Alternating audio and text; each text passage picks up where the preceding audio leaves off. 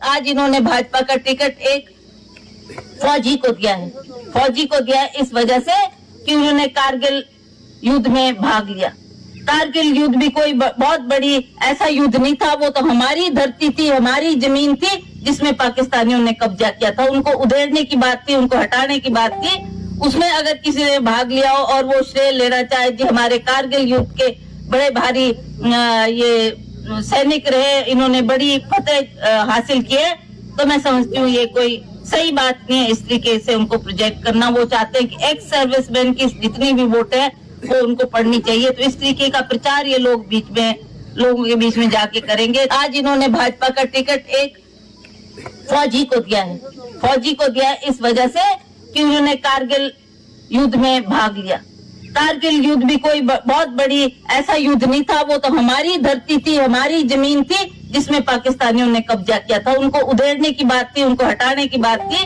उसमें अगर किसी ने भाग लिया हो और वो श्रेय लेना चाहे जी हमारे कारगिल युद्ध के बड़े भारी ये सैनिक रहे, इन्होंने बड़ी फतेह हासिल की है, तो मैं समझती हूँ ये कोई सही बात नहीं है इस तरीके से उनको प्रोजेक्ट करना। वो चाहते हैं कि एक्स सर्विसमैन की जितनी भी वोट है वो उनको पढ़नी चाहिए, तो इस तरीके का प्रचार ये लोग लोगों के बीच में जाके करेंगे। आज इन्होंने भाजपा का टिकट एक फौजी को दिया है। फौजी को दिया है इस वजह से कि उन्होंने कारगिल युद्ध में भाग लिया। कारगिल युद्ध भी कोई बहुत बड़ी ऐसा युद्ध नहीं था, वो तो हमारी धरती थी, हमारी जमीन थी जिसमें पाकिस्तानियों ने कब्जा किया था। उनको उधेड़ने की बात थी, उनको हटाने की बात थी। उसमें अगर किसी ने भाग लिया हो और वो श्रेय लेना चाहे जी हमारे कारगिल युद्ध के बड़े भारी ये सैनिक रहे, इन्होंने बड़ी फतेह हासिल की है, तो मैं समझती हूँ ये कोई सही बात नहीं है इस तरीके से उनको प्रोजेक्ट करना। वो चाहते हैं कि एक्स सर्विसमैन की जितनी भी वोट है वो उनको पढ़नी चाहिए, तो इस तरीके का प्रचार ये लोग लोगों के बीच में जाके करेंगे। आज इन्होंने भाजपा का टिकट एक फौजी को दिया है। फौजी को दिया है इस वजह से कि उन्होंने कारगिल युद्ध में भाग लिया। कारगिल युद्ध भी कोई बहुत बड़ी ऐसा युद्ध नहीं था, वो तो हमारी धरती थी, हमारी जमीन थी जिसमें पाकिस्तानियों ने कब्जा किया था। उनको उधेड़ने की बात थी, उनको हटाने की बात थी। उसमें अगर किसी ने भाग लिया हो और वो श्रेय लेना चाहे जी हमारे कारगिल युद्ध के बड़े भारी ये सैनिक रहे, इन्होंने बड़ी फतेह हासिल की है, तो मैं समझती हूँ ये कोई सही बात नहीं है इस तरीके से उनको प्रोजेक्ट करना। वो चाहते हैं कि एक्स सर्विसमैन की जितनी भी वोट है वो उनको पढ़नी चाहिए, तो इस तरीके का प्रचार ये लोग लोगों के बीच में जाके करेंगे। आज इन्होंने भाजपा का टिकट एक फौजी को दिया है। फौजी को दिया है इस वजह से कि उन्होंने कारगिल युद्ध में भाग लिया। कारगिल युद्ध भी कोई बहुत बड़ी ऐसा युद्ध नहीं था, वो तो हमारी धरती थी, हमारी जमीन थी जिसमें पाकिस्तानियों ने कब्जा किया था। उनको उधेड़ने की बात थी, उनको हटाने की बात थी। उसमें अगर किसी ने भाग लिया हो और वो श्रेय लेना चाहे जी हमारे कारगिल युद्ध के बड़े भारी ये सैनिक रहे, इन्होंने बड़ी फतेह हासिल की है, तो मैं समझती हूँ ये कोई सही बात नहीं है इस तरीके से उनको प्रोजेक्ट करना। वो चाहते हैं कि एक्स सर्विसमैन की जितनी भी वोट है वो उनको पढ़नी चाहिए, तो इस तरीके का प्रचार ये लोग लोगों के बीच में जाके करेंगे।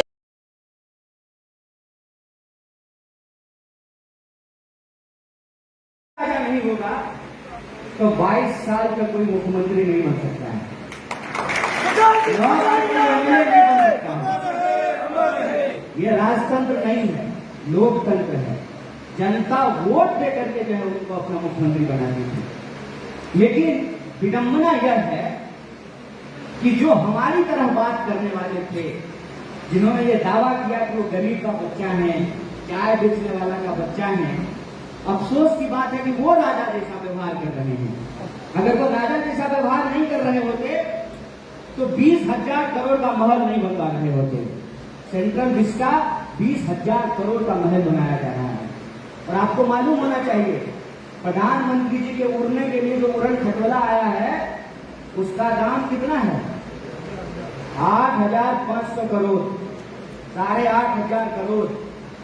आंख में धूल झोंकना बंद कीजिए साहब। आपका सिलेबस यह देश धीरे धीरे समझने लगा है। आपके झूठ को इस देश की जनता धीरे धीरे पकड़ने लगी है। उसको यह समझ में आने लगा है कि ये नौकरी नहीं दे सकते हैं इसलिए इधर उधर की बात करते हैं, ये महंगाई नहीं कम कर सकते हैं इसलिए इधर उधर की बात करते हैं। यह देश की राष्ट्रीय संपत्ति को बेच रहे हैं। मुझे आप सब लोग सोच करके बताइए कि सरकारी संपत्ति कौन होती है? जिसका मालिक सरकार होता है। और सरकार का मालिक कौन होता है? सरकार का मालिक जनता होता है। मतलब सरकारी संपत्ति जनता की संपत्ति है। अगर एयर इंडिया बिक रहा है तो किसी के बाबूजी की संपत्ति नहीं है, वो देश की संपत्ति है। इसका जवाब सरकार को देना पड़ेगा। अगर बीएसएनएल बिक रहा है तो देश की जनता की संपत्ति है, इसका जवाब देश की सरकार को देना पड़ेगा। अगर रेलवे बिक रहा है तो इसका जवाब देश की सत्ता को देना पड़ेगा, क्योंकि देश की जनता की संपत्ति है। और एक बात हमको सोच करके बताइए कि रेलवे नहीं रहेगा तो रेल मंत्री का ढोलक बजाएंगे। अगर एयरलाइंस रहेगा ही नहीं तो ज्योतिरादित्य सिंधिया जी का क्या करेंगे बताइए? उस मंत्री का क्या, उस मंत्रालय का क्या, जब उसका हवाई जहाज ही नहीं है? आप बताइए। सरकारी स्कूल नहीं होना चाहिए इनके हिसाब से, सरकारी अस्पताल नहीं होना चाहिए इनके हिसाब से, तो सरकारी प्रधानमंत्री क्यों होना चाहिए? हमको ये बताइए, क्या करेंगे सरकारी प्रधानमंत्री का? ये देश की जनता का असल सवाल है। रोजी रोटी, कपड़ा, मकान, शिक्षा, स्वास्थ्य, सड़क, बिजली, पानी, ये जनता का असल सवाल है। और आप इस सवाल को गुमराह करना चाहते हैं। गुमराह करने के लिए आपके पास तमाम तरह का तमाशा है, और उस तमाशे पर कांग्रेस परिवार के जो एक एक सदस्य हैं, उस सदस्य को ये जिम्मेवारी लेनी पड़ेगी।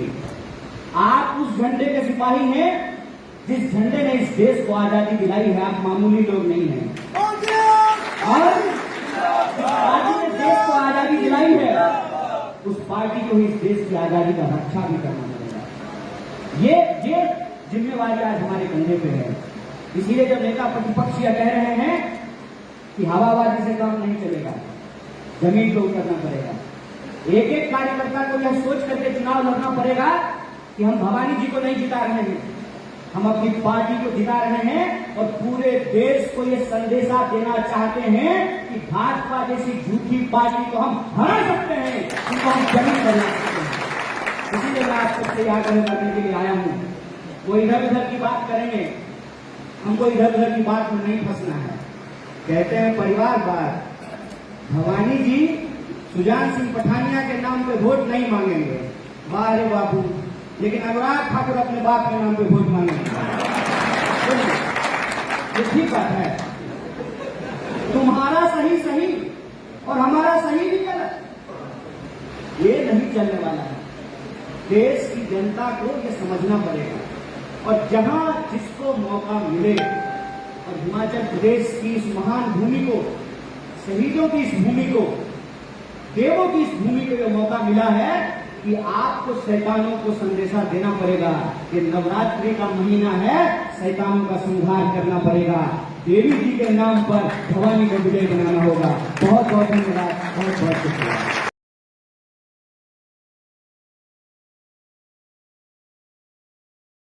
चुनाव में कांग्रेस प्रत्याशी रानी प्रतिभा सिंह द्वारा आज कारगिल युद्ध के संबंध में दिए बयान की कड़ी निंदा करती है।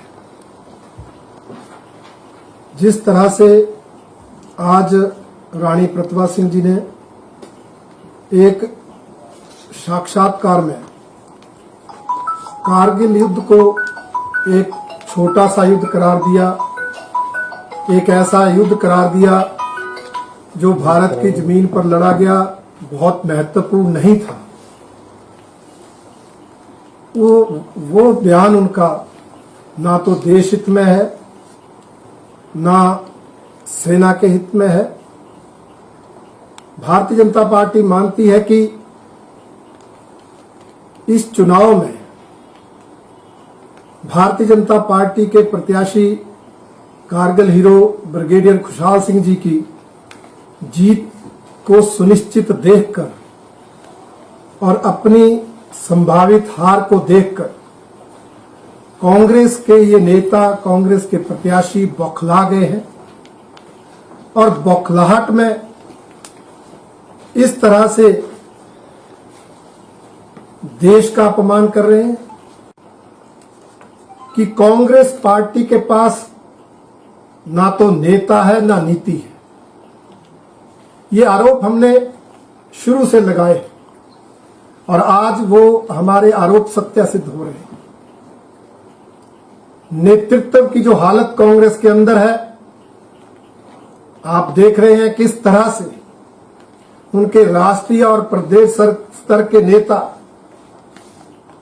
एक उस व्यक्ति को, उस लड़के को नेता मानकर चल रहे हैं जो एक हफ्ता 2 हफ्ते पहले कांग्रेस पार्टी में शामिल हुआ, वो भी कम्युनिस्ट पार्टी से, और जिसका इतिहास देश विरोधी, राष्ट्र विरोधी कृत्यों में संलिप्त रहने का रहा, जिसने आतंकवादियों के पक्ष में जेएनयू में नारे लगाए, जिसने सेना के अधिकारियों, सैनिकों पर तथ्यहीन, निराधार, गंभीर आरोप लगाकर सेना का अपमान